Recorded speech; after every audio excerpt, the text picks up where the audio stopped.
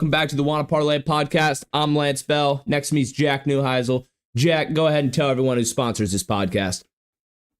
I'm going to go ahead and do that, Lance. But first, it needs to be you need some recognition. It needs to be pointed out that you are playing hurt today. We got Lance and his Jordan flu game going. My man's running a fever of 102. He shouldn't be here. He should be horizontal in bed. And instead, he's doing the hard work for the fans, for the good people of Wanna Parlay. So props to you, Lance. When we were texting back and forth before the show started, you texted what might be the funniest line I've ever heard in my life. I'm asking Lance if he's going to do it. He's like, you know what? I just gargled some water. I think I'm going to make it. I feel like one of Poseidon's whores right now, but I'm going to make it. And that is the line of the week. That should officially be the slogan of the show until we find a better one. Just a couple Poseidon's whores here. But anyway, I digress. Just had to bring that up before we got into it. As always, the show is brought to you by the good people of Wanna Parlay, home of the $2 parlay and the world's richest parlay, where every week people are turning $2 into $2,000 and walking out the door with it. We are just one day into our Wanna week, people, but the boys and girls of Wanna Parlay are already rocking and rolling and lining their pockets with more money than they started with. And we have some flowers still to hand out from our big winners over the weekend. So a lot of special shout outs to hand out today. We'll start with the Monday night folks first. Broccoli 11, you son of a bitch. You're starting to show up a lot over there.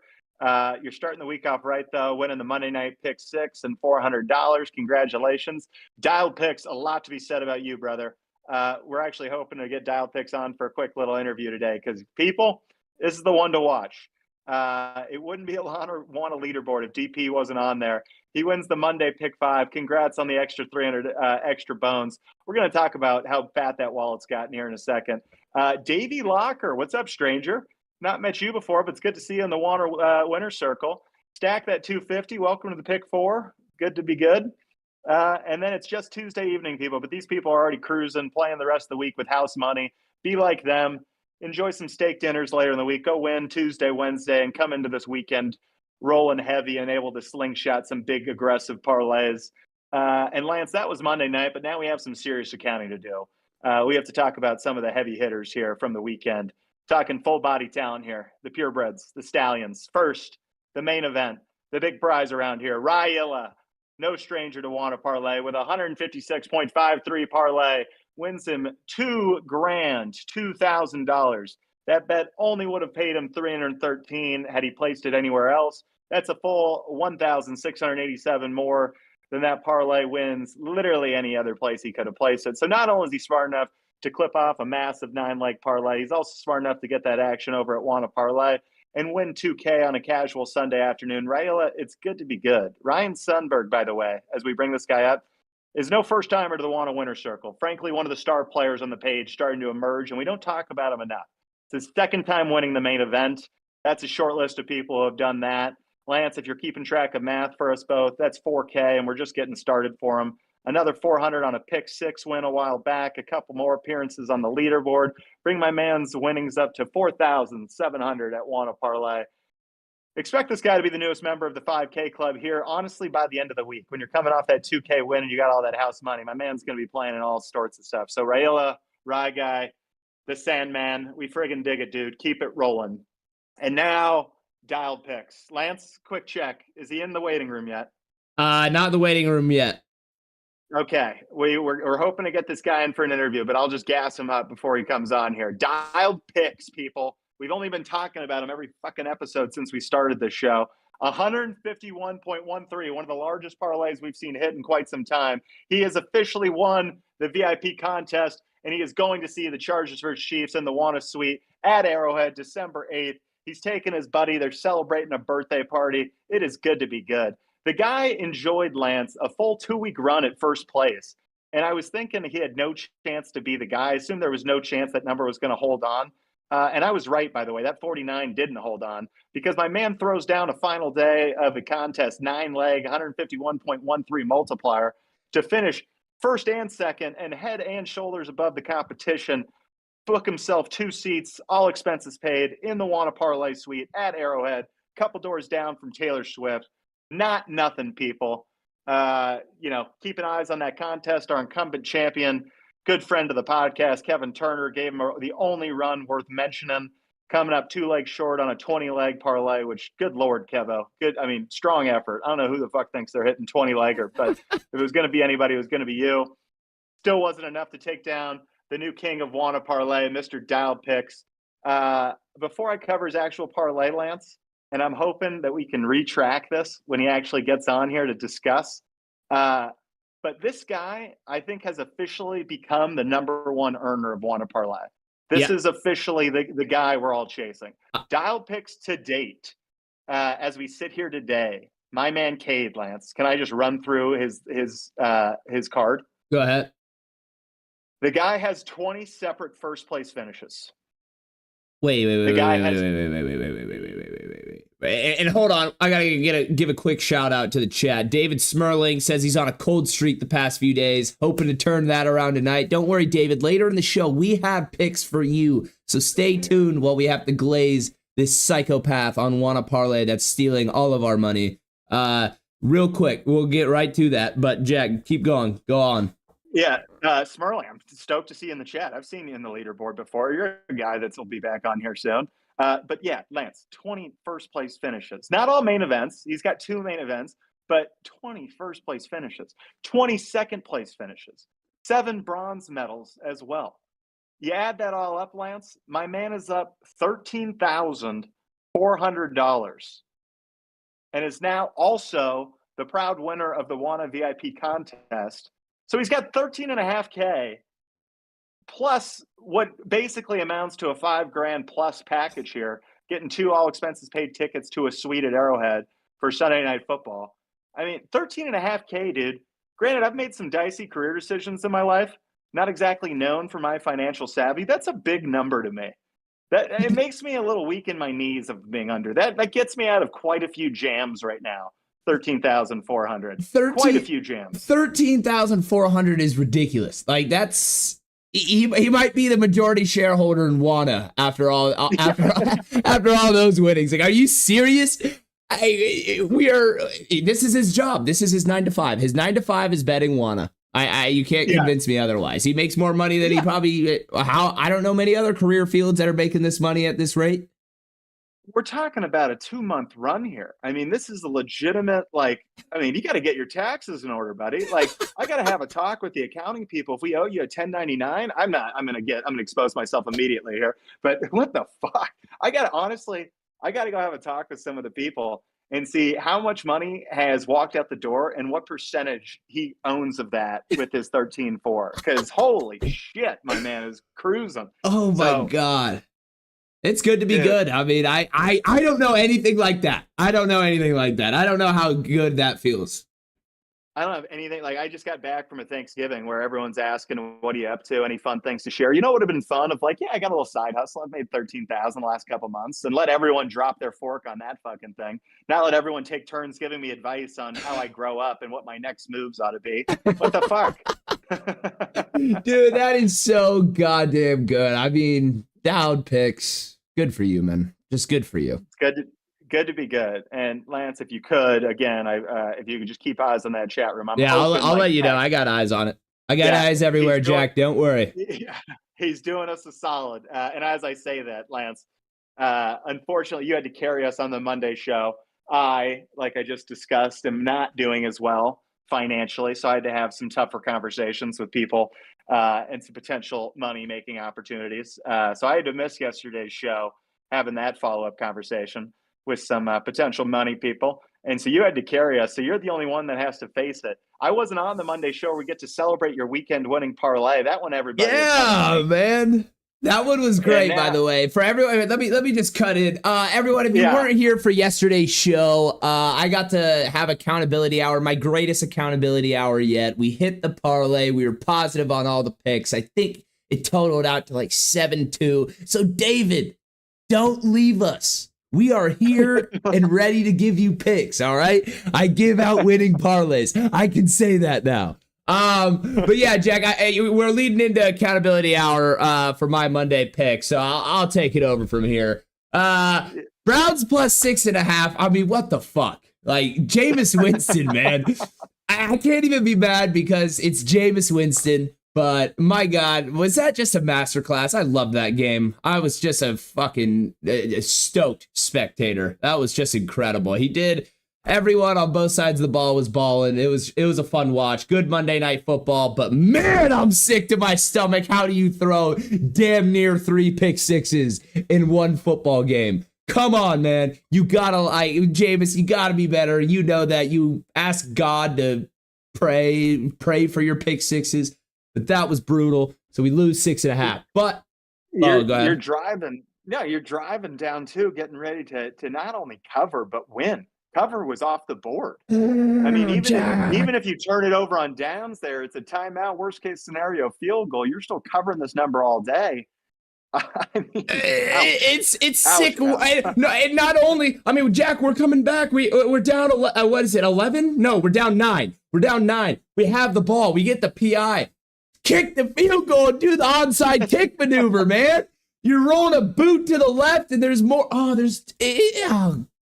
It's tough. It's sick work. And David, thank you for the compliment. He comes into the chat, says, I enjoy the pod. I'm staying. You are fun to watch. Well, David, you're a fun fucking spectator, and in the chat, you're a legend, and I love you. But going on to so we lose the game line. Going on to the player prop parlay, I got close, but my NBA was goddamn bricks, Jack. Jerry Jeudy over 58.5 receiving yards. Quick shout out. It's the new Randy Moss. The guy was incredible last night. He played phenomenal. Go. He set the record for a receiver returning to play his former team. He set the record for receiving yards. He went like 232 last night. He went freak show. Crazy. He passed legends like Moss, Owens. I saw that list, I think. Yeah, anytime you're even in comparison, even if it was like him and those two guys were the only guys ever to break 200 yards, that's a fun list to be on. So good for Jerry Jeudy. Frankly, a guy that I always thought was a star coming out of Alabama. I can't believe he ends up being the underachiever of that like all-world receiver core at Alabama. I still think there's a ton of this guy's career. His quarterback list is as bad as they come. And that's what I was going to say. I was like, I point the finger at the Broncos organization. I mean, Russell Wilson and all that was going on. Don't get me wrong, I'm not trying to trash Russell Wilson, but Russell Wilson's not a Sean Payton quarterback. Let's just be honest with ourselves. And there's others on that list that aren't great as well, but yeah, if I'm Jerry Jeudy and I'm looking at what Jamar Chase and Justin Jefferson and Jalen Waddle are doing, and I was the guy right next to all those guys in that era of college football, I'm waking up every morning, I'm throwing darts at my John Elway dartboard for that quarterback drafts he kept dumping on my head. You got to be kidding me. That's so good. So we got the Jerry Jeudy over 58.5 yards. We got the win on Nick Chubb anytime touchdown. I was honestly scared. There was a couple situations I'm not gonna lie, Jack. Nick Chubb doesn't look as good as he did in the past. No, it's the miles on running backs are tough. I mean, the resale value for running backs is real bad. And then you go do a knee injury. I mean, that's two knee injuries for him now. He had one in college. Yeah. Yeah, it's Willis McGahee. Willis McGahee had the gnarly one in college and then had one gnarly one in the NFL, and then he just became a journeyman for the back end of his career. He's been the face of that Browns organization. But if you listen to guys like Schefter and you listen to these guys, the expectation is about 7 or 8 coaches are going to get fired this offseason. And I think the Browns, if you start scouring, are very hot and should be worried they're on that list. This looks like a full rebuild and a full, shit, Deshaun was a mistake. Everything's been a mistake. But we got to go restart. And that's where I'm like, where's the accountability in the ownership room? Like, Stefanski is not the wrong answer. It was never him being like, it's you signed fucking a pedophile, whatever you want to call him, a rapist. No, I'm just, maybe that's a little aggressive, but a bad dude for all guaranteed money over 200 million. Like, at some point, sell the team. He's wanted for sexual related crimes. So you're dancing around it. You're wrong. You're dancing around it. But I don't know. The Browns are a conversation for another time. So my two losses in the NBA, Trae Young over 33.5 points and assists. My reasoning on this was he was playing DeJounte. I thought there was going to be a little fire because they used to share the backcourt together, and now they don't because the Atlanta Hawks traded DeJounte this offseason. So I took Trae Young and DeJounte Murray over in their points and assists. Trae Young 33.5, DeJounte Murray 27.5, and both of them shot so pathetically. Jack, they combined 7 for 31 from the field.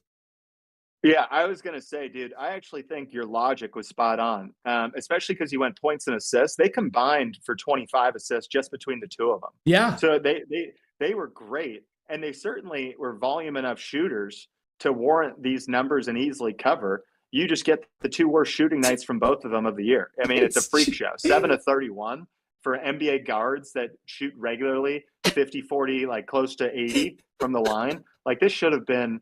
You gave me up front 25 on the assists alone, and I got to cover basically 58 here between the two of them, and I did half of it on assists. I would have bet my house on this. Dude, a house that I don't own. Good point. But no, but it was so brutal. I'm just sitting here checking box scores going between the games. I just see these shitbirds not getting it done. I'm like, damn, man. And then our last win on that parlay was Jason Tatum over 8.5 rebounds. My reasoning on that one, who did they play? They just played someone that their big was out. Oh, they played the Heat. Never mind. My reasoning, I'll tell Jason you. Tatum's the same size of Bam Adebayo, and there's no rebounding advantage of the Miami Heat. Give me Jason Tatum. I think he had 12 or 11 rebounds. He had 11 boards. 11. I believe if I went back through the play-by-play, it covered pretty easy, and it was the Heat. Good call on the Heat. And yeah, to that point, yeah, the 2 biggest rebounders for the Heat, you're talking Jaime Jaquez and Bam Adebayo. Jason Tatum looks down on both those guys. So yep. I love the logic, and it covers easily. So congratulations on that one. Unfortunately, you stuffed it into a parlay, which is our game around here. But good logical pick, and frankly, on a night that you got bad luck, you still went 3-3 with the 6 picks you suggested to the crowd. So the name of the game is sifting through our bullshit and trying to find the few kernels of wisdom and playing those guys. So that's on you if you chase that parlay. Yep, keep that in mind, David. Don't make sure to sift. Don't take maybe don't take every single one, even though I will tell you to take every single one. But just sift and use your own reasoning as well. I'm not a betting advisor. I'm a betting enthusiast. All right. Jack, let's move on. There goes accountability hour. Open topics is something that you got listed, and I want to see. Bring it up. Talk to us. Yeah. Well, given where you are, we saw you in the blue medical tent just minutes before we were going to kick off here. So I was concerned about filling 45 minutes of programming as a solo guy. So yeah, I threw in some open topics. I've had some shit on my chest I want to get out. And we've touched on some of them. Really quick before I become a guy that we can't shut up for an hour. Give me one more check in the waiting room. Make sure our boy hasn't arrived. Oh, we got Cade in the waiting room. Fantastic. Bring Cade on. All right, we're bringing Cade on. David Smerling real quick. He said, one bet I like tonight is Badgers -3.5 and Stephen Crowell over 2.5 assists. Bad luck lately, but those picks feel good. Honestly, let me jot those down real quick. We're doing this interview, but David, thank you for the locks. I'll get those down right now. 100%. Hey, Cade, while we're doing this, if you can hear me, you should be able to click your microphone and camera on. And I apologize for forcing you to put the camera on. There he is. There he is, the winner, the man, the myth, the legend. It is so good to put a face to the name here, Cade. It is so good to meet you. If it's your first time coming on the podcast, dude, we have just been singing your praises now for about a month since we've paid attention to your profile. And like, I'll be honest, it started as praise. Then I went through 2 weeks of being like, who the fuck is this guy? He's making more money than the company pays me. I don't fucking like this guy. And then the last 2 weeks, I've just been like, hat off. This is the coolest guy I know. He's officially my hero. I've followed you blindly now on your picks. I am just the biggest fan in the world. You're still on mute, by the way. But dude, so good to have you on the show, and so cool to officially meet you. And the biggest congratulations at the top of the show. We kind of ran through some of the big time accolades. If I can point them back out right now, you're currently up 13,400 on the page, and the newest winner of the VIP contest. So you are headed to Arrowhead, I believe, with a buddy for his birthday, right? On December 8th. And sorry for one more ask. Can we get the horizontal picture? Because you're a legend, man. We need the best shot possible. I had to re-download Discord. It had been a while. There you go. Yeah, hey, well, you look great now. You're a certified winner Go ahead and just tell us your first thoughts when you saw you're the winner. And honestly, it's just been crazy, man. Ever since I started with Wana, like I've been on this crazy run and dialing with like college football, mostly football. And the VIP trip, I didn't really think that I was gonna hold it. I was sweating it out. It was that Sunday, but I was like hyping my buddy up about it because he's the one who got me into parlays and stuff. And I had floated him that, hey, this VIP trip's going on. You should check it out. Da da da.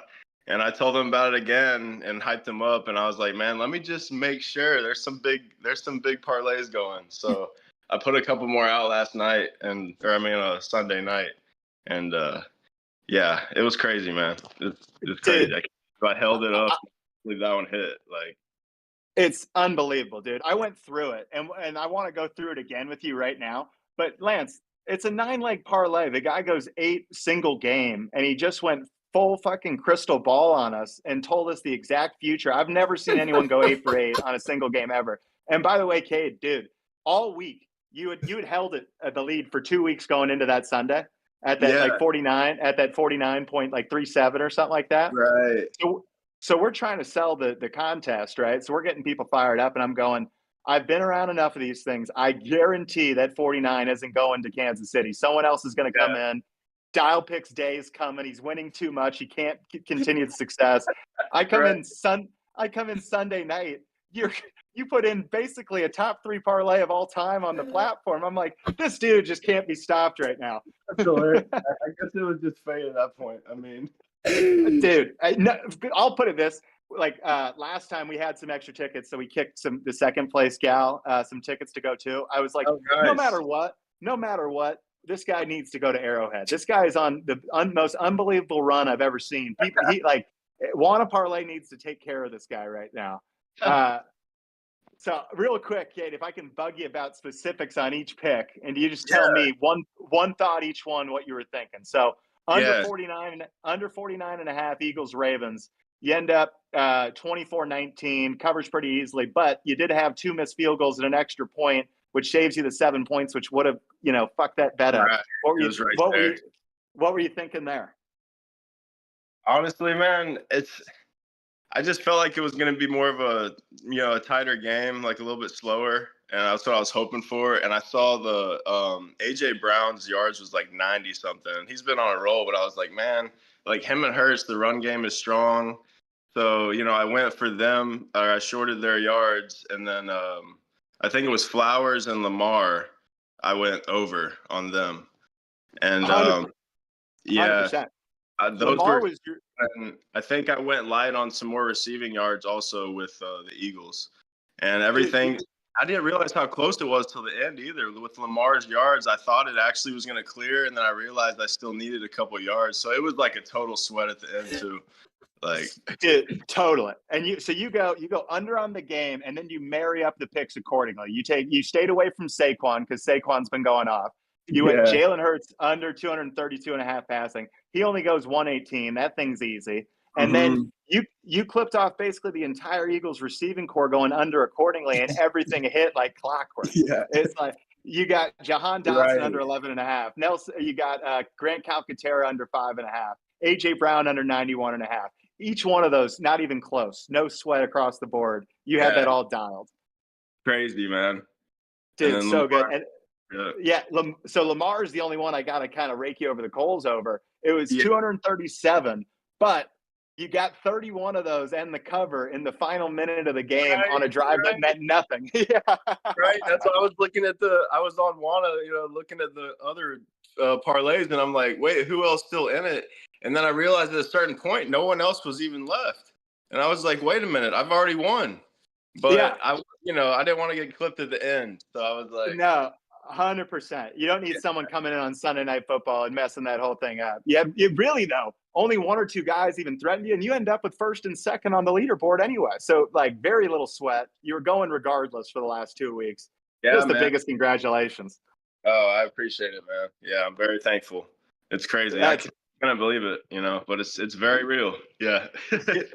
Dude, if you didn't hear this at the top of the show, let me just rattle it back up. You have 20 first place finishes now. You got 20 second place finishes. You got 7 bronze medals. You're up $13,400, and that's not even to mention the VIP contest. I don't even know. It's like a dream, man. Because like I don't even do this stuff regularly. Like I just got into sports betting this year, really.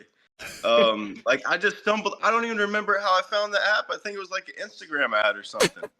Hey, at least they're working. At least they're working. It's exactly been a great couple months. I'll say that much. You know, like I've always loved football, been a big football fan, and just this year, I guess I've just dialed in. I've stayed true to my name, I guess. I mean, well, dialed picks, baby. The gambling world's a dicey one, and occasionally you get yourself a little bit backed up. So it's not usually a world that you want to get talked into playing on. But want to parlay when the bets are only $2. If you just sit tight, you're gonna make your money back. And regardless, you know, you go 0 for 25 in a nightmare weekend. You lost $50. You know, you still make rent that month. You're not having issues. Yeah, that's the beautiful thing about it. You know, it's like low risk and the payouts are high. And that's what I tell my friends, I'm like, you guys need to get on this app. You know, the payouts are better.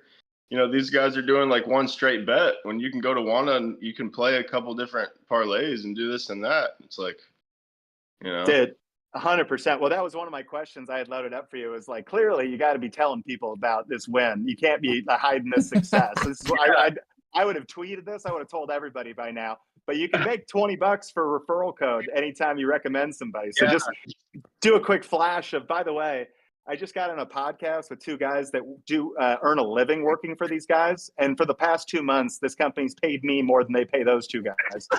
I know. It's insane, man. I've definitely told a few people, but now that we actually won the trip, my buddy's like, okay, I'm going to get on the app now. It's legit. Like, I see. Dude, it's so cool.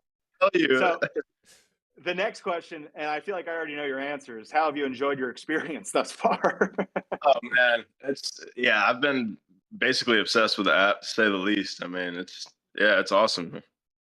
Have you ever messed around on anything like it? Have you ever done DraftKings, FanDuel, any of that stuff? I did like a little bit of basic like prize picks and what was the other one? Better, I think, but not too much though. But once I saw like Wanda and I saw the concepts, like the different contests and stuff and the cheaper entries, I was like, yeah, this is a cool setup.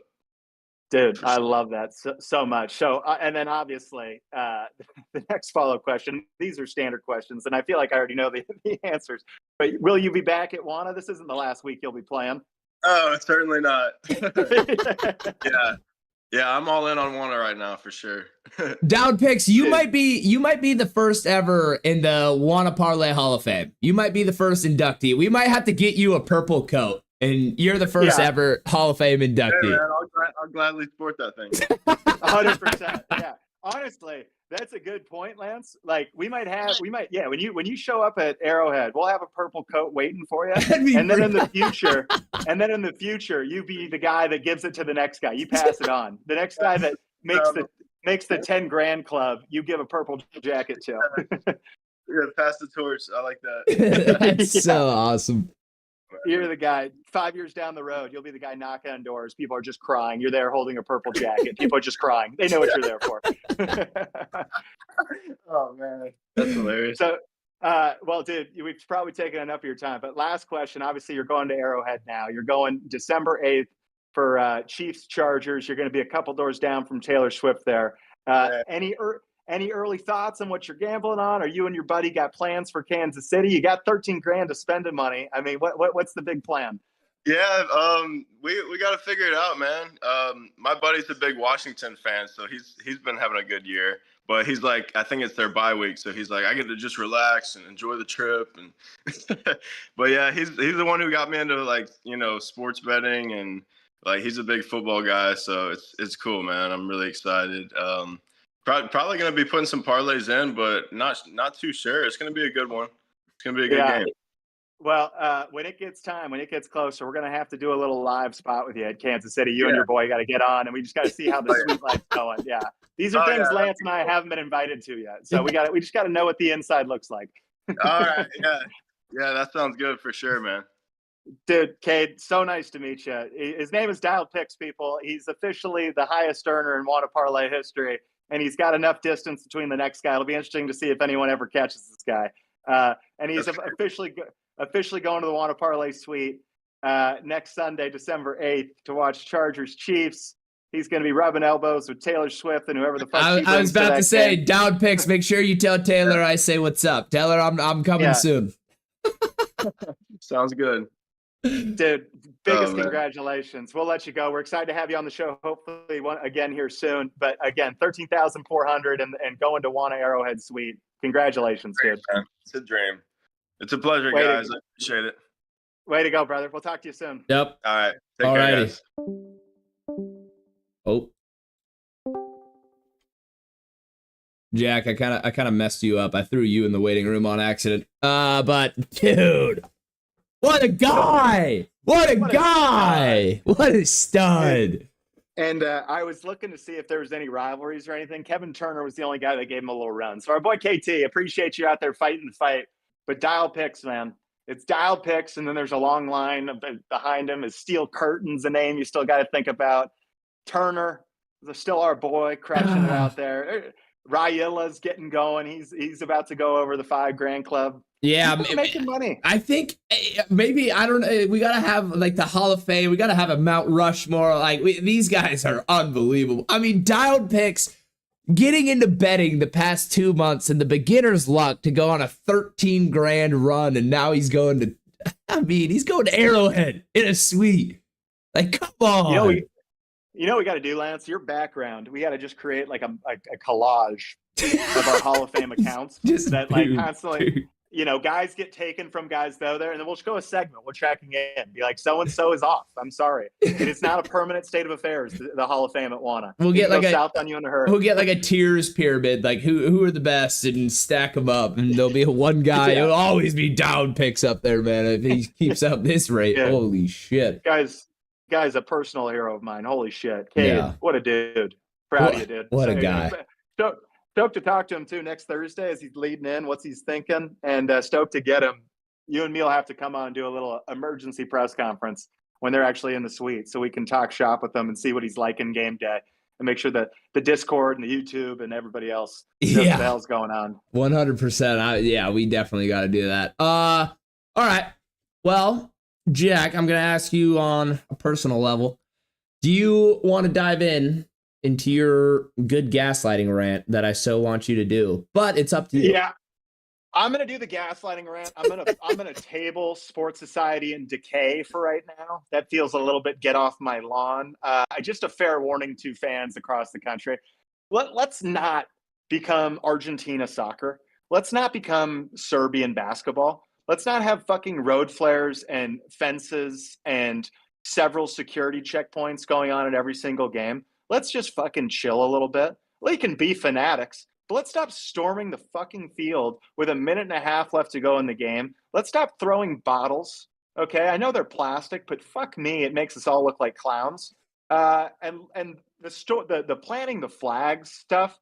What the fuck are we doing? I'm good with go out and take a picture. Go out and take a picture. Do the shaking. Go have your post-game breakdown. You want to go take a picture because you want to celebrate winning on the road's hard? Fuck yeah. Got no problem with it. You want to stand in front of the teetering empty stadium and plant a flag? Go fuck yourself. So that's my get off my lawn rant. Now my second rant. Gaslighting in sports. So Lance, the sports media has finally gotten me to a place to understand this term. This term got thrown around quite a bit during COVID and kind of the current political climate. People talk about the term gaslighting. Mm-hmm. And I'll be the first to admit, I'm a day late and a dollar short behind everyone else on understanding new terms that just show up in the zeitgeist. Zeitgeist is a great term, by the way. Where it's just like hashtag took me 2 years to understand properly how I use that in context. That just shows up. That's not a word you grow up with. Gaslighting's another one. And now with this year's sports media, I feel I finally understand it. I'm wary of it. I recognize it when it's happening to me, and I'm fucking done following it. So 2 things to pay attention to. We're bigger on football than anything else. So I'm talking 2 football plot lines of this last weekend that are driving me absolutely crazy. First one in the NFL. Azeez Al-Shaair's hit on Trevor Lawrence. Everyone's freaking out like that's the dirtiest play in football. Everyone's freaking out on the 3-game suspension. Everyone's freaking out that day about class and this and that and what's fair and what safety in the sport.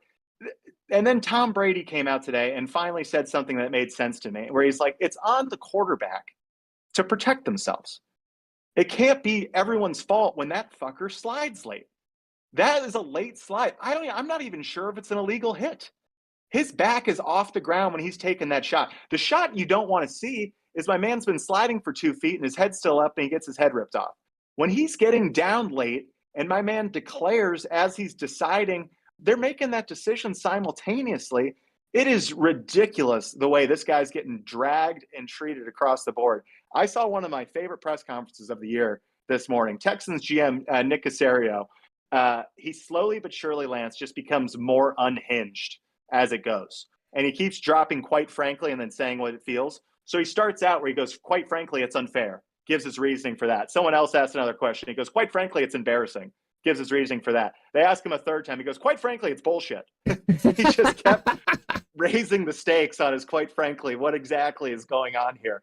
But it is bullshit. A 3-game suspension for a guy that had a pregame conversation with Trevor Lawrence saying it's good to see him back on the field and making sure he's healthy. A guy that's been put up for NFL Walter Payton Man of the Year. A guy that's been put up for NFL whatever Player of the Week for his give back. Guy involved in multiple charities. Never been suspended. Never been ejected. Never been fined.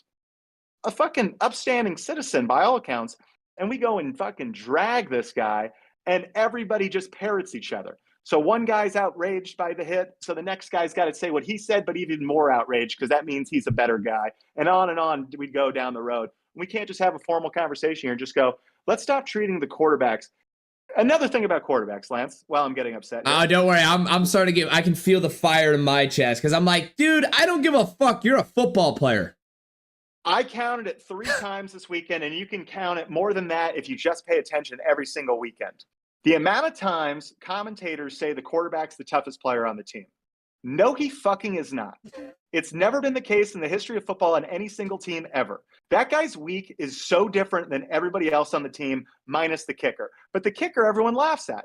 The quarterback, we sit there and go, he's the toughest guy on the team. And constantly. Saw it happen with Baker Mayfield. Baker Mayfield went out for a play at the end of a series. Next series comes in for one play, or missed the first play. Then comes in limping on his ankle, plays the whole play, not limping, throws a pick, almost as a pick 6, runs that play down, no limp, plays over, limps back, he's limping to the sideline. They're the most dramatic fucking liars. Here's what toughness is. I just broke my leg and no one's going to fucking know about it. I'm not going to take fucking a word and I'm going to finish this game. That's rugged. That's what O-linemen do every game. That's tough. Yeah. Wearing a fucking hit that these guys do every single play, 95 plays a game, go fuck yourself. Quarterback's the toughest player on the team. It's ridiculous. So this Trevor Lawrence business, Trevor, that's on you, dog. Get yourself down and get down. And Azeez Al-Shahir, here's to me officially being a big fan of yours. What a fucking joke. I'm riding with you on this thing. And I'm sick of the sports media telling me how to feel about this because it is obvious to me how to feel about this. And then bringing that same attitude and same, bit of vitriol, another good word, to the college football world on gaslighting. We're getting into the playoff conversation, and I'm already kind of hedging my bet and hedging my emotions on how SMU is about to be treated. We went from playing a Miami team that we were definitely going to beat, and honestly, the results weren't going to factor so much into whether or not SMU makes the playoff, to now playing a Clemson team 40 minutes from Clemson's campus in Charlotte, sold-out stadium, 25-degree weather, 8 p.m. Eastern, and now if we lose, you're telling me SMU's out. What in the fuck has happened to it's a complete misunderstanding because of the gaslighting that occurs with the college football sports media. Paul Feinbaum's the worst of them, but everyone just parrots it because that's what the smart take is. So round and round we go. But I'm telling you, as we come into this, and there's someone I'm going to scapegoat in particular that we talk about, but we brought this up last week. Conference parity and the hierarchy, what people think versus what reality is. Every single Power 4 conference regular season winner this year is a newcomer. Oregon, Texas, SMU, Arizona State. Mm-hmm. All came from conferences. All were believed to have been punching out. SMU picked to finish at the bottom of their conference. ASU picked to finish dead last in their conference. Oregon people thought were going to struggle in year one, even though they were ranked high early on. Were picked behind Ohio State, Penn State, and the likes of them.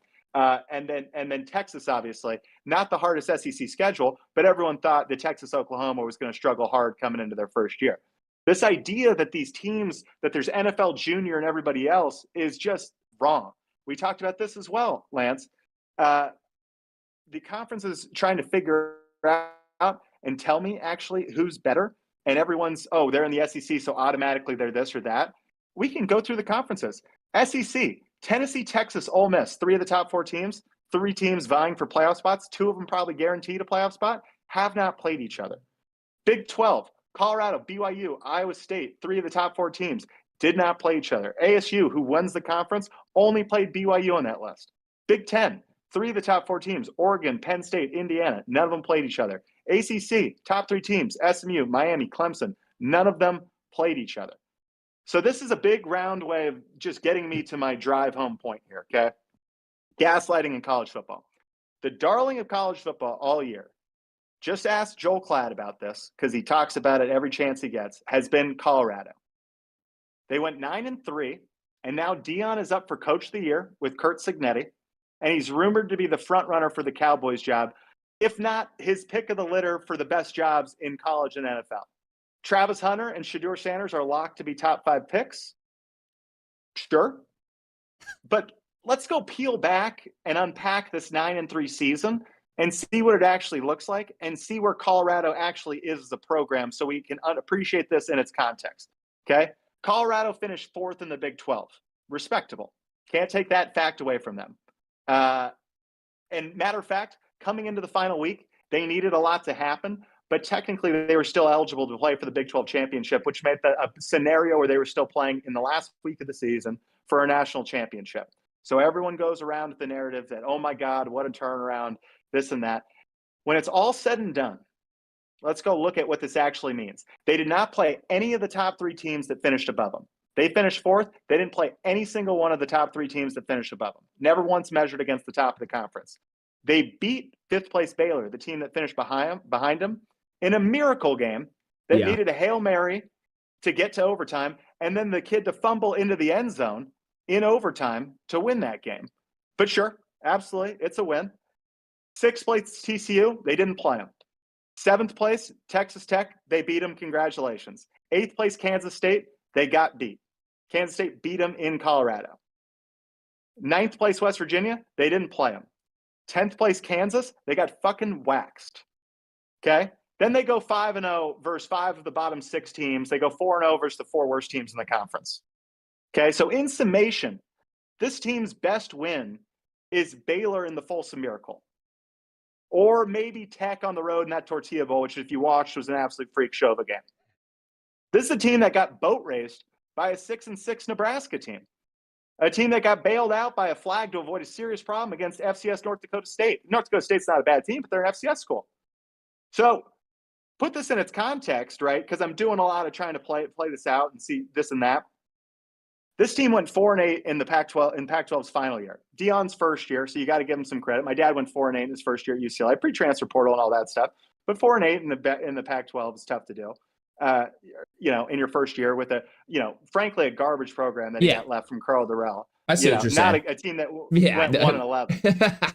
But let's say take the same Colorado team from this year and put them up against that schedule, that Pac-12 schedule that they played last year, a conference that everyone told me deserved to die, la-di-da. They only had fucking 2 of the teams in the playoff, and you tell me what. But Washington in the national championship, round and round we go. But if you go play that same schedule, let's have an honest conversation about how they do versus that schedule. Okay, Oregon, that's a loss. Mm-hmm. They get beat by Oregon. Yeah, no you get chance. waxed. USC. Okay, I think I'd say they lose. Okay, Just gonna go it's quick. worthy of the conversation, but our only data point we have is they both played Nebraska this year. One won, and one didn't. SC beat Nebraska by 8. Colorado got waxed. Okay? Yeah. ASU, they didn't play this year, but they finished 3 spots ahead of them in the Big 12. Give me ASU. Okay. Stanford, I'll give it to the Buffs. It was a 3-win Stanford team, but it's a Stanford team that beat Louisville and Syracuse. I'd like to see the game, but I'll give them the win. They win that game. UCLA, I'd love to give them the win. Again, we have one data point to point to. They both played Nebraska on the road this year. UCLA waxed Nebraska. Colorado got waxed at Nebraska. So you want to sit there and tell me Colorado's beating UCLA? Prove it.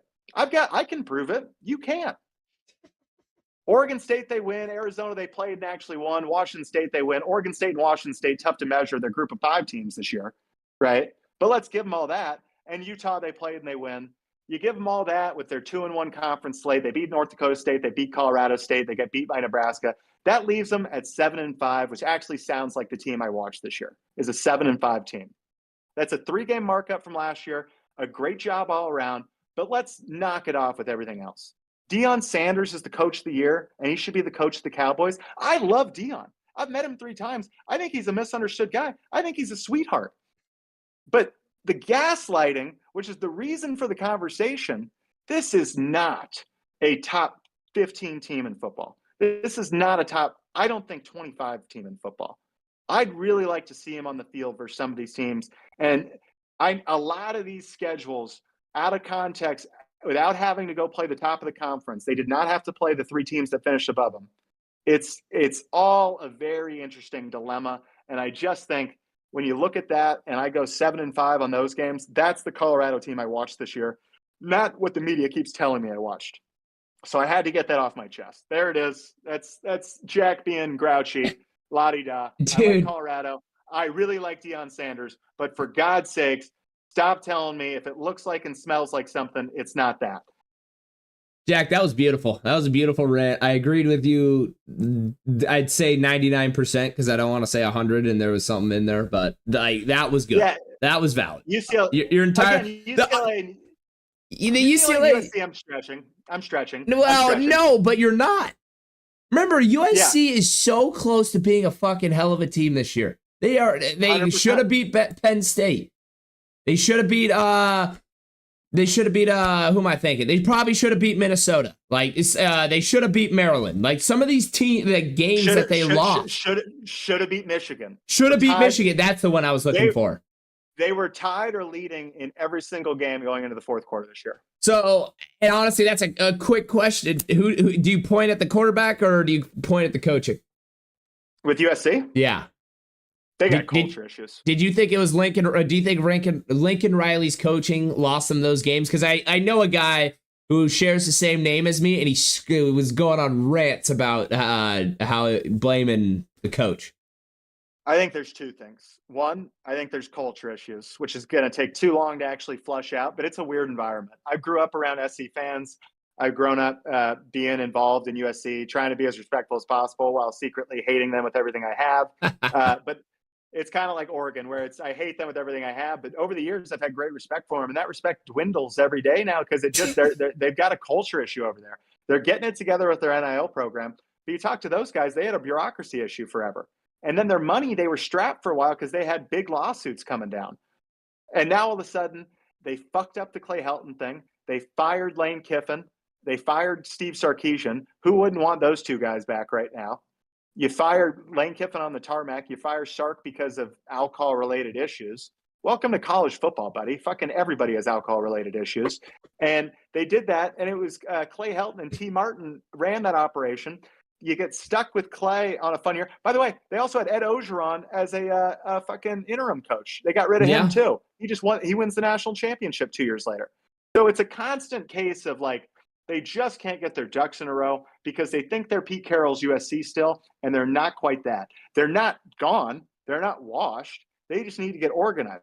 Honestly, they need to take a page out of SMU's book, who just is operating with basically 15 guys right now. 15 guys make decisions, and because of that, they make $159 million fundraise in 2 weeks. Jeez, that's a lot of money, Jack. I mean, fuck.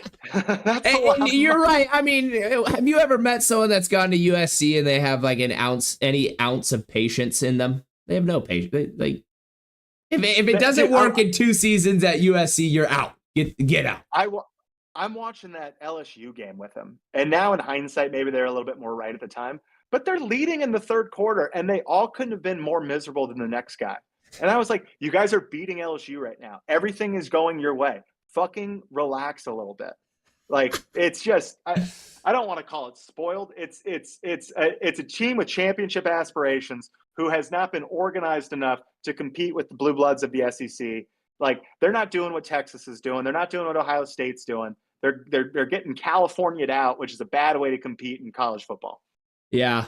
Yeah, no, I agree. I will say this season, though, compared to last season, their like line of scrimmage, their players, they look a lot better. Now, I know it's not translating to wins, but like, dude, they win against Penn State and they fucking were toe to toe with those motherfuckers. I'll say this, like, they're not that far gone. They had Penn State 17-3 at half. Yeah. And they were killing them. Yeah. They were killing them. They have that game won before overtime. And Drew Aller hits 3 4th and 11s on that drive to tie it up. And then they take no timeouts on their final drive and choke that thing away. They had that game won.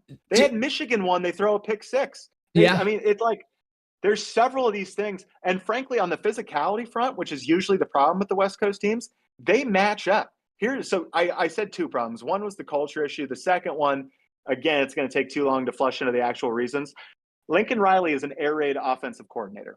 That is an offense that was basically innovated, designed, created by Hal Mumme and Mike Leach. Mike Leach was the guy that made it super famous.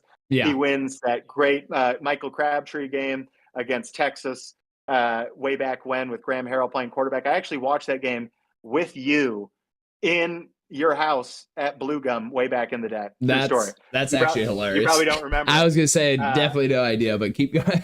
Yeah. So that's Mike Leach. Mike Leach ends up with a weird deal. He puts what's-his-face's kid into a fucking cupboard while he has a concussion, gets fired because of it, then ends up at Washington State. They overachieve with Gardner Minshew. They never beat Chris Peterson's Washington team. He ends up at Mississippi State. It's the best years Mississippi State's had, surpassing Dan Mullen's run and basically everybody in the last 50 years for Mississippi State. So that's Mike Leach. That's the air raid offense. Here's everybody that comes off that tree is Mike Stoops, Lincoln Riley, anybody that ever came into contact with those people. And what the air raid offense is, and it's become bastardized and everyone's got their own version of it. The true air raid option, which is the Mike Leach version of it, is you've got 2 plays running on offense. You got a counter and you've got zone. And then you've got 9 passing plays, all quick game. It's called the 90 series. But basically, it's the same plays every time. You just mix and match with the formations. So rather than running a quick out over here, we're going to line you up over here and you run the drag. So you end up in the same spot over there. So it's just mixing and matching formations, but the plays remain the same. They've got it so far. They've got a play called it's 95, which is just Y cross Lance, where you've got basically backside tight end running the drag. Everyone's got some version of this offense in the history of football. Everybody runs this. They only run it one direction. They will not run tight end drag to the left. They only run it going right.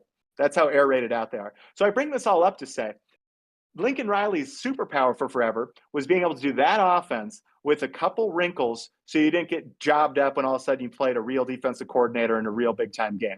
That's what always would happen with Mike Leach when he came up against Chris Peterson. That's why Mike Leach didn't win a national championship. So his ability was to add his own little wrinkles, some own innovations, and they were off and rolling. That's how you ended with Baker Mayfield, Jalen Hurts, and Caleb Williams as your Heisman Trophy winners 3 out of 4 years in a row. Ridiculous stuff. This year, and Kyler. And Kyler, excuse me. Yeah. So, excuse me. I said Jalen Hurts instead of Kyler. Yeah, didn't win it. Okay, yeah, but still 3 Heisman winners. This year, Oklahoma tried to go back to air raid. They had Seth Luttrell from former North Texas head coach as their offensive coordinator. He was the first offensive coordinator fired this year. And since firing him, their offense got going. They beat Alabama 24-3. There you go. Another air raid coordinator got fired this year. Lincoln Riley's offense has been killing them in the fourth quarter. One great complaint about the air raid is it doesn't have a great 4-minute offense. You're going up tempo constantly. You're no huddle. So it's tough to take some play out of the game. Also, that offense isn't all that complicated. So if you can sit there and get organized, it's easy to play defense against. It's really hard to play when you're going fast. So it's tough to close out Big Ten games when there are teams that can run the ball on you and you can't get off the field. It's just, they're going to have to figure that out and marry their shit up to the Big Ten and appreciate how to win games in the fourth quarter. And right now it appears the air raid's on life support right now in college football, which is interesting. Like, Lance, Cliff Kingsbury runs the air raid in the NFL, right? how good was Washington's offense to start the season? How buns has it been the last 6 weeks? Yeah, no, it really feels like they've gotten figured out. Everybody catches up to this because it's at its core, it's an offense that has principles, and they run the same principles every single time. They just mix and match with how they do it. Yeah. It's like Mexican food. You got 7 ingredients. You got 100 different ways to do it. That's actually pretty damn good. Dude, they say, I saw Kingsbury, they might have him at the Bears head coach. Who said that fucking 2 months ago, Lance? I can go pull up the tape. I said that on this show. I know. I was giving you your layup. You deserve it. You deserve it. I'm sorry. I don't know who I'm arguing You're fired. You're punching everyone right now. I am. You're just swinging. Cool. Oh man, hey, no, but beautiful work. I agree with it. That's good stuff. All right, Jack. Well, hopefully we can calm you down and get you right for when we make tonight's picks, because I think that's what. Hopefully David's still here. I mean, you're probably hanging on for dear life because we have just been yapping our asses off. But David, here is what we call Tuesday night picks. Jack, do you want to lead us, or should I hop right into it? I was going to say maybe I need to cool off, but I'm frankly not going to cool off until I get through the playoff show tonight and I see where Miami, SMU, Clemson, South Carolina, and Alabama are all ranked, because I can feel the snake job, and I feel it bad. SMU was ranked 21st in basketball going to Selection Sunday my freshman year at SMU. We're the first ranked team in 15 years not to get invited to the tournament. They love to fuck us. If there's a chance to fuck us, they will fuck us. Oh, wait, shout out David. He said he enjoys the yapping. So, hey, maybe we're doing something right. There we go. All right, Jack, go ahead. Mr. Schmerling, you're a good guy. Okay. It's Tuesday night locks. That's what we're about here. Okay. College basketball, because I've got no shitty football to bet on tonight. Kentucky -1.5 at Clemson. The ACC has struggled in their non-conference this year. We've been talking about it a little bit on the show. And if you talk to the folks in Lexington, they really like this mid-major all-star team they've assembled in the post-Calipari era. They're 7-0 already on the year with a big win against Duke. Clemson, thanks to Miami, I think they still think they're in football season. The home crowd that's supposed to be electric in a big game against Kentucky, I think, is going to be relatively docile. They're playing in the ACC championship this weekend. And if you're asking me, Clemson better get used to losing this week. They're going to get beat on Saturday. So Kentucky -1.5 at Clemson. Me like it a lot. And then speaking of the teams we're talking about, SMU -21.5 versus Alabama State. The Ponies have been great this year against these big spreads, particularly in Moody. Their one loss against the big spread was on the road against Bakersfield or somebody like that. But in Moody, they've covered this number every time. We have a very intimate, nasty student section who's got no problem commenting on coaches' marital status, amongst other overly personal things. It's at some point needs to get a handle on it, but for now, let it eat. If you need more help or reason to get on me or to tail me on this pick, 89% of the public is against me, so you know it's good. And like I said, Lance, just like Clemson better get used to losing, SMU is going to turn in its best athletic week in 45 years. They're going to get real used to winning. They're going 2-0 in hoops, including Virginia, and an ACC championship in football Saturday night. And then for fun, I threw on an NBA parlay. Give me the Suns -7.5 versus the Spurs. No one wants to see Chris Paul come back to Phoenix. The Warriors +5 at Nuggets. The Steph disrespect is getting crazy. And for that same reason, Steph over 25.5 points. I might take that last one straight up. There's the picks. Boom. Boom. Hey, I like it. I'm going to be honest, though, a little wary on your NBA picks because Suns have Nurkic out. So there's actually you got Mason Plumlee trying to match up against Wemby. But you know, the Suns are good and the Spurs are, and it's NBA Cup. People care in the NBA Cup, Jack. They care in the NBA Cup. But that's the only thing to be wary. I'm not saying it's right or wrong, but you just think about that. And then Draymond Green is out for the Warriors. So that defensive presence, hey, do what you will with the information. But Mason Plumlee's never been on my team. So like, I'm sure there's a lot of people that tell me that he's a disaster and he sucks. I think Mason Plumlee's a freak fucking athlete. I'd trade lives with Mason Plumlee like 10 days ago. I'd be stoked to be Mason Plumlee. Hey, I'm not trying to bash the guy. I'm just saying he is exactly who he is. He's not doing anything special. He will be there. He'll protect the rim as best he can, and he's a good role guy. That's it. I'm peeking the over. Yeah. That's what I'm saying. Hey, no. So those are two things. I don't know.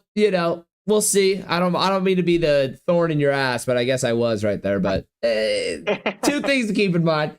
But here we go. I'll go into my picks, and you know what? You do a good job being a thorn in my ass. So keep me accountable. And I'm starting NHL. Usually we have a guy coming on that does NHL, but he's been lost in school recently, so we're on our own. So I like Hurricanes -1.5 versus the Kraken. They're minus 280 favorites. I'm betting on an empty netter. It's in Carolina. I like the Canes -1.5. Winnipeg Jets. They start off as one of the hottest teams in hockey, and they're playing the Blues, favorited minus 215, and they're also at home, so I like the -1.5. Also, same reasoning, betting on the empty netter. Those are my NHL picks. NBA game lines. I like Rockets money line. They're matching up against the Kings, and they got the Kings at -1.5. I don't know if Vegas knows something I don't. I am a little questioning the matchups because Sabonis, if he's playing against a smaller center like Sengun, does he feast? Maybe. And also, that's another prop that I'll get into later. But I still like Rockets money line. They're second in the West. Why not? It might be first. I might be wrong on that. Someone fact check me. In my other game line, Mavericks at home against the Grizzlies -4.5. There was injuries. Luka was out with, I think it was a sprained wrist. He was out for a few games, and they say his conditioning got a lot better, and he actually got in there and was running laps maybe. So, and Zach Edey, even though he's a rookie, and a rookie, he's a 7-4. They lose a significant rim protector. So I like Mavericks -4.5. And now I'm gonna move on. The player prop miracle hour. Here we go. I picked almost out of every game tonight, except for minus a couple. Just picked at least one, maybe two. But here we go. Darius Garland, over 6.5 assists. Giannis Antetokounmpo, over 11.5 rebounds. Karl Anthony Towns, over 11.5 rebounds. Jakob Poeltl, over 11.5 rebounds. Isaiah Hartenstein, over 11.5 rebounds. Desmond Bane, over 4.5 rebounds. Wemby, over 10.5 rebounds. And Durant, over 6.5 rebounds. It's a lot. There's a lot of rebounds that we need. And honestly, betting on rebounds, you could argue, is maybe a dumb idea. But there's a lot to like here, guys. Sift through. I just almost spit all over myself because of how much I'm drooling over my parlay. Sift through. See what you like best. I like all of it. I like all of it. That's a lock. You go. Yeah, you like some of these. One, I love this freak show list of names. I'm just imagining these guys all hanging out together someday. Boy, I'd like to join that group. But you talked about the rebound situations with Nurk out tonight. So you got Durant in there as our only size guy, getting 6.5. Of course, he's going to be guarding the 4 the whole night, if not the 5. His feet will be 1 foot away from the paint. I love that spot. Wemby for the same reason. Who the hell's rebounding over him tonight? Then you got why I go Desmond Bane. I'll give you that reasoning. Desmond Bane, sneaky, is a great rebounder for a guard, and with no Edey and the small ball look, he's going to play a lot of minutes. Don't sleep on Desmond Bane. Don't sleep. No, I got no problems. I'll do anything Jakob Poeltl wants to do. I freaking dig that guy. I like the way he moves. I like the way he plays. Rockets money line. I did just look that up for you. You were correct. They're second. They're a half game back behind OKC right now, but second in the West. And frankly, they kind of remind me of like the Heat of 3 years ago, where like I know what you're talking about. They remind me of like 2015 Hawks. Like they got a lot of good players. They don't have a top 15 player in the league on their team, but they've got a bunch of role guys and they play their ass off. Everyone plays really hard, which is like what the Heat do, where they're like a predictable team, where the NBA, with all the spacing, like the amount of games everyone takes off. Udoka just seems to have these boys playing hard. It seems to be a fucking very serious, almost Spurs-like when Pop was back in the day. Yeah. Still very involved. Don't want to drag Pop. He's not doing well. But like I see no reason not to trust the Rockets in a game where it's even Stephens. You know, there's going to come games where they're punching outside their weight class a little bit, and then you got to just understand. Well, they're not great. What they are is overachieving. But a game like the Kings, yeah, all day. I love that spot. And then Mavericks -4.5. I think Mavericks are a great team to jump on these days, just because it feels like the winning's got to start happening. Preseason, the hype was championship or bust. And what are they, like 7th or 8th right now in the standings? Like, have they come back over 500? I maybe Oh, when you know what? Luka They're was fifth. out. Yeah, they're 13-8. Yeah, so they've gotten They started, going. yeah, they won a couple games without Luka, but I'm telling you, Luka's back. Luka's back. He played a damn well game last night. So I'm just a little late to the party. They've been 8-2 in their last 10 games. So it's been happening. You're jumping on at the right time. This is the winning streak I thought was coming for the Nuggets 2 weeks ago. Nuggets have kind of dragged their feet. They've hung around 500. They've been 5-5 in their last 10. Now you got the Mavericks who are actually starting to pull it off. That's a team, again, I really like the way they look come fucking whenever May or whenever the hell April NBA playoffs, 40 days and 40 nights. The Mavericks, I think they're built perfectly, and they'll do exactly. Because Luka is so fucking good. That's my reasoning. And they're going to do exactly what they need to do at the trade deadline to get right. Because I really do feel like I think they're perfectly assembled now, and you could take that extra step, whatever that thing is. They're like whoever you need to go match up against. Like we heard about Ole Miss prepping all year to beat Georgia this year, and they assembled their roster accordingly. Mavericks at the trade deadline have to do a peek across and be like, all right, it's going to be the Celtics again. How do we beat the Celtics this year? Because they never stood a chance last time. No. How do we account for Luka's not going to play a lot of defense? You know, how do we account for all these different things you got to account for? So I like the Mavs. Keep eyes on them. But yeah, they're a team that to me is going to be a top 3 seed by the All-Star break, be a top 2 seed going into the swing, a team that started and will finish with championship aspirations. But I like all of it. That's another thing about the West, Jack. The standings, I can't even make predictions. Everyone is like, there's a lot of good teams in the West. There's just so many of them, and so we'll see. But I definitely see them not in the play-in. Like those. I'm staring at the West right now. Here's what I'll say. And you tell me, because you're going to tell me how wrong I am here, okay? Houston, overachievers, not real contenders. Fun, bad out. I agree. Bad out. But they're like the Mike Bibby Kings way back in the day, where it's like fun, they're not winning it. Oklahoma City Thunder, I might be wrong. This might be the Wolves of last year that all of a sudden, like, I just don't know basketball and they're actually perfectly assembled. I don't fucking see it. I don't see it. I think Chet is wildly overrated. I don't think they have a bona fide number 2. I think you get to playoffs, and if Shea doesn't go for 35, they don't have answers. I do not see Oklahoma City being a legitimate title contender. I don't see it. Respect for going and staying. You're alone on that one, Jack. You're alone on that one, because I believe the moves they made in the offseason, you should see Hartenstein, dude. He's averaging like 14 and 11 and 4 by just balling at the 5. Chet's gonna get the roam at the 4 and get to be that weak side blocker. They got a lot going on over there, but hey, we might have to come back to this, and you might be fucking right. My last name is Neuheisel. You don't think I appreciate the work from a guy named Hartenstein? You don't think I follow that guy? Are you nuts? I'm telling you right now, when we come back in a couple months, here's the only teams that are competing for a championship in the West: the Golden State Warriors, the Dallas Mavericks, the Phoenix Suns, the LA Lakers, the Denver Nuggets. You're not one of those. You're not competing for a championship this year. I'm sorry. Wow. Folks, you heard it here first. T-Wolves fucked up the trade. They're gone. Yeah, T-Wolves are gone. T-Wolves need a couple years again. Kings are a classic small market team. They're not deep enough. It makes it in theory fun because you signed DeMar DeRozan, and all of a sudden you have this very fun, sexy poster you get to put up before the start of the season. But it's not. It's a kooky, organized bunch. Anytime they play anybody with size, they're fucked. Yeah. No, 100%. David Smerling, how do you guys feel about the Bucks tonight?